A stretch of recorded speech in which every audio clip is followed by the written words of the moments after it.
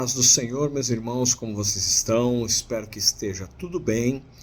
Estamos aqui para mais um vídeo, agora o nosso último vídeo do nosso trimestre, que se iniciou em janeiro, passou por fevereiro, chegamos em março, e nesse domingo nós teremos a lição de número 13, que é a lição que tem por título O Poder de Deus na Missão da Igreja. Depois de entender todo o processo da nossa revista, que trouxe mistérios, profundidade, riquezas que servirão para a nossa vida cristã, hoje nós vamos estar ministrando para vocês uma introdução de uma aula que vai trazer para nós o resumo de todas as outras 12 lições, porque a aplicação dessa revista ela tem como objetivo final nos preparar para que possamos fazer a missão que foi confiada à igreja, a mim e a você, que é o ID, por todo mundo, pregar o evangelho a toda criatura, anunciando boas novas de salvação através da palavra do Senhor. E para isso, nós temos que estar revestidos de uma graça, de um poder acima de qualquer outro tipo de poder, de dom, de capacitação humana. E isso através do poder de Deus, por meio do Espírito Santo do Senhor. Então nós vamos passar a alguns pontos importantes para que nós possamos transmitir aos alunos toda a questão espiritual envolvendo a ministração da palavra de Deus através do poder que o Espírito Santo nos concede, tá bom? Então vamos lá. O nosso textuário, ele se encontra no livro de Atos dos Apóstolos, no capítulo de número 1 e o verso de número 8, que diz assim: Mas recebereis a virtude do Espírito Santo, que há de vir sobre vós, e ser-me-eis testemunhas, tanto em Jerusalém, como em toda a Judéia e Samaria, até os confins da terra. Verdade prática, o Espírito Santo, ele é a força motriz que movimenta toda a igreja. Sem o poder do Espírito, a igreja ela é incapaz de cumprir a sua missão. A leitura em classe ele está em Atos, capítulo de número 13, versos 1 até o verso 4, que diz assim: Na igreja que estava em Antioquia havia alguns profetas e doutores, a saber, Barnabé e Simeão, chamado Níger, e Lúcio, Cirineu, e Manaém, que fora criado com Herodes, o tetrarca, e Saulo. E servindo eles no Senhor, e jejuando, disse o Espírito Santo: Apartai-me a Barnabé e a Saulo para a obra a que os tenho chamado. Então, jejuando e orando, e pondo sobre eles as mãos, os despediram. E assim estes, enviados pelo Espírito Santo, desceram a Seleucia e dali navegaram para Chipre. Então essa leitura nos deixa claro que o próprio Espírito Santo é quem capacitou, chamou e enviou os homens de Deus para poder fazer a obra do Senhor. Então o poder do Espírito estava sobre eles para que eles pudessem realizar a obra de ministrar e ensinar a palavra de Deus através do Espírito Santo. Como toda lição, nós temos os objetivos que é traçado pelo comentarista. Sempre 3 objetivos. Então, se você percebeu durante todas as aulas que foram ministradas, os objetivos são divididos em 3 pontos. E sempre o primeiro ponto no primeiro tópico, o segundo ponto no segundo tópico e o terceiro ponto no terceiro tópico. Essa lição ela não é diferente. Então, nós vamos ver aqui quais são esses objetivos para esta lição. Primeiro, refletir acerca da doutrina bíblica do Espírito Santo de Deus. Segundo, nós vamos analisar as diferentes perspectivas da capacitação do Espírito Santo para a sua igreja. E o terceiro, nós vamos aprender a pensar no Espírito Santo como o principal impulsionador da obra missionária. Na introdução, o comentarista ele coloca como ponto-chave uma palavra que ela vai servir de base para todo o nosso estudo: revestimento. Na lição, nós vamos focar no poder do Espírito Santo ao revestir o crente de autoridade, de poder, para que ele possa, assim, realizar a obra de Deus, entendendo que é pelo Espírito Santo que nós fazemos aquilo que nos foi compelido a fazer, ou seja, pregar o Evangelho. Não se prega o Evangelho se não for pela direção do Espírito Santo de Deus. E para isso, nós temos que estar revestidos pelo poder do Espírito Santo. Nós, quando aceitamos a Cristo como nosso Senhor e Salvador, nós recebemos o Senhor habitando dentro de nós. Mas para a missão que a igreja possui de pregar o Evangelho, é necessário que o poder do Espírito Santo venha sobre nós, nos revestindo, para que nós possamos assim pregar com toda autoridade e poder, de modo a alcançar pessoas para o reino de Deus. O tópico 1, ele vai trazer para nós o conhecimento da doutrina do Espírito Santo segundo o Evangelho de Lucas. E esse conhecimento é o que fará toda a diferença para que nós venhamos a ter essa capacitação desse poder e desse revestimento para assim podermos ministrar a palavra do Senhor, que é a missão principal da igreja. No tópico 1, nós vamos perceber que Lucas, escritor do seu evangelho e também do livro de Atos dos Apóstolos, ele revela o ministério do Espírito Santo na vida de Jesus e da primeira igreja como uma necessidade imperiosa. Então, para fazer o ensinamento, ele só é possível através da revelação que é dada pelo Espírito Santo na nossa vida. Nesse sentido, o evangelista ele mostra que sem a ação do Espírito, no ministério de Jesus a gente não consegue fazer absolutamente nada, porque toda a ação ela depende do que está em Lucas 24:49, de que sejamos revestidos do poder do alto, ou seja, um revestimento de poder que é dado por Deus através do Espírito Santo. Esse revestimento, conforme está no tópico 1.2, ele fala do enchimento do Espírito como experiência necessária.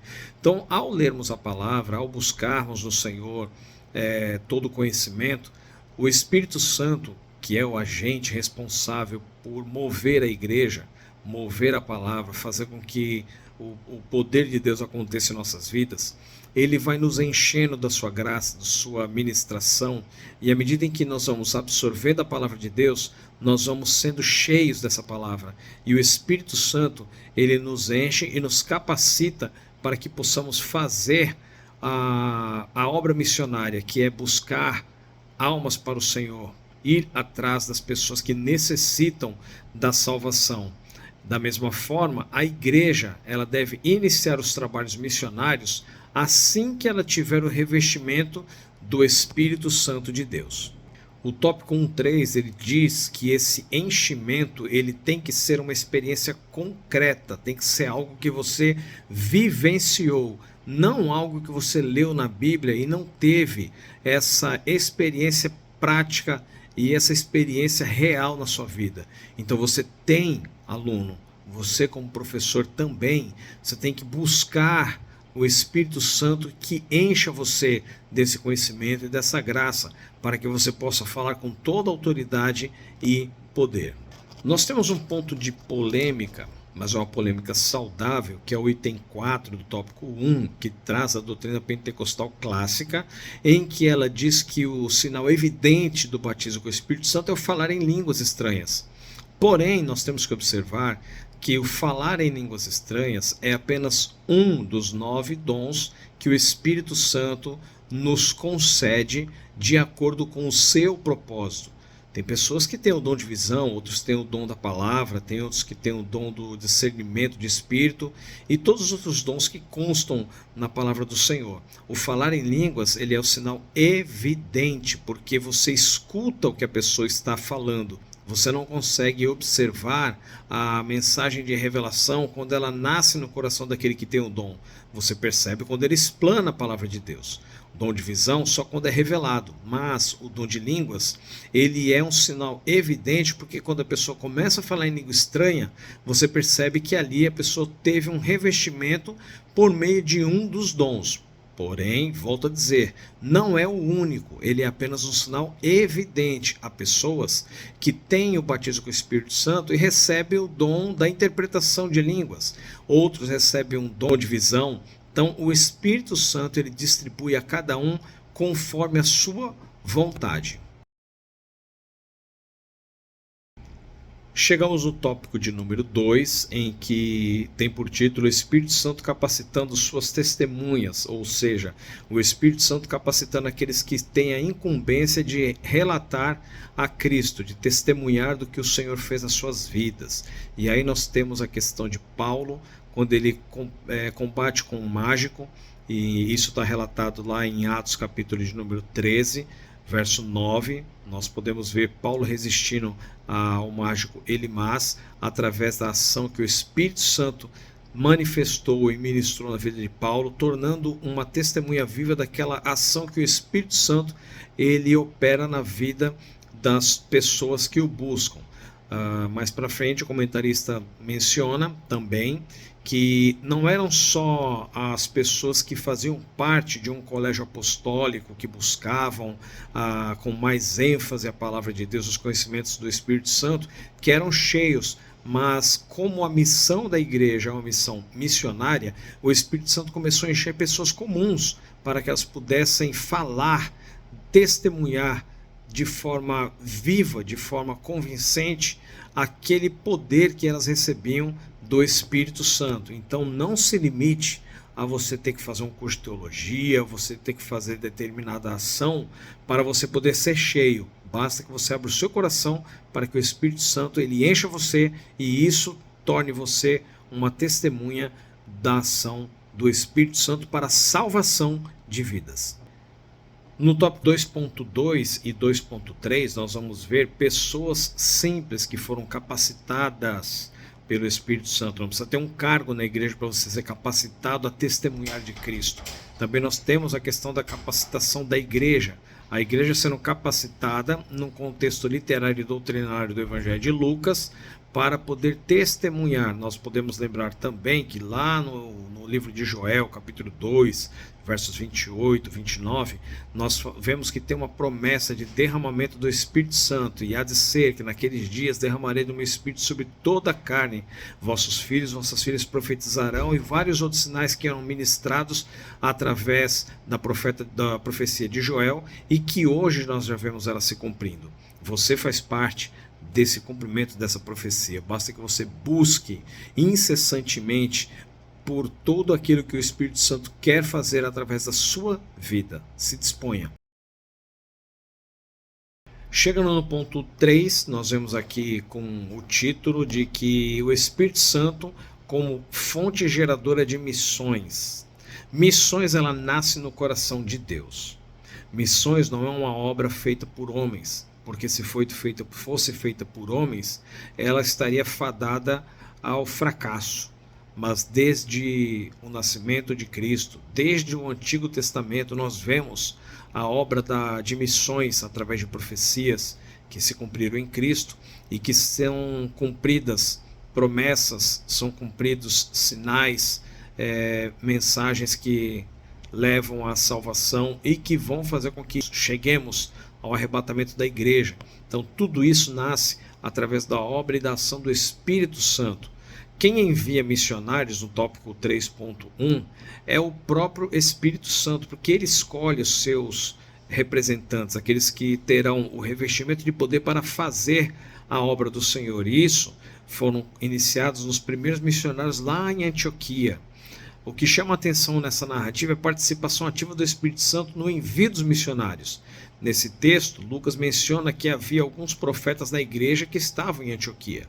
Bem provável que essa observação do autor fosse para explicar como se deu a participação do Espírito Santo no comissionamento de Paulo e de Barnabé, porque o próprio Espírito Santo pediu para que fossem separados Paulo e Barnabé para uma grande obra, que era a obra missionária. E aí nós vemos tantas viagens missionárias que Paulo realizou, logrando êxito, porque o Espírito Santo é quem o comissionava e o enviava. Também o Espírito Santo é responsável pela estratégia de missões. Nesse mundo multicultural, a questão da estratégia missionária deve ser levada em conta. E isso, quando o Espírito Santo te reveste, essa estratégia é dotada de algo sobrenatural. Somente enviar, mas quem enviar é importante. Quando enviar, como enviar. Então, o exemplo de Paulo e Barnabé poderia ser adotado como uma estratégia errada na obra missionária quando intentaram pregar na Ásia e Bitínia, mas foram impedidos pelo próprio Espírito Santo, porque o tempo, local, forma e período quem institui não é o homem, é o Espírito Santo. Por isso que às vezes planejamos fazer algo e por uma razão ou outra não conseguimos. Por quê? Porque não deu certo? Não, porque o momento, o tempo, a hora, a data, o instante, a forma não era aquela que o Espírito Santo havia preparado. Então, nós vemos que muitas vezes é possível que agências missionárias e igreja adotem uma estratégia errada no envio de missionários. Por isso, você, igreja, que vai enviar o seu missionário, você tem que estar com seus ouvidos atentos à voz do Espírito Santo, porque ele é quem enxerga no mundo sobrenatural a oportunidade e o momento do envio, do sustento e da colheita do resultado que o missionário terá no envio para a obra de salvação, que é a missão da igreja. Concluo essa lição informando a você, atestando para você com toda certeza que sem a ação do Espírito Santo, todo o trabalho que nós fazemos vai por água abaixo, porque o trabalho que nós fazemos ele tem um resultado no mundo espiritual. E quem além do Espírito Santo para enxergar todo esse mistério do mundo espiritual? O Espírito Santo, ele é a força motriz, ele é aquele que vai fazer com que a dimensão local seja alcançada pelo reino espiritual através da minha vida e da sua vida. Sem o Espírito Santo, a igreja ela não chega a lugar algum. Então não é capacitação humana, não é o conhecimento do homem, não é aquilo que eu estudei, é aquilo que o Espírito Santo nos deu. Essa é toda a diferença. E para o Espírito Santo nos dar algo, nós temos que buscar na palavra e aceitar e receber o revestimento que só Ele dá. Que Deus, em Cristo Jesus, te abençoe. Curta o nosso canal, siga-nos, divulgue, porque semana que vem iniciará uma nova lição e nós novamente estaremos aqui para trazer conhecimento a mais para que você possa difundir para os seus alunos e o nome do Senhor venha a ser glorificado. Que Deus abençoe.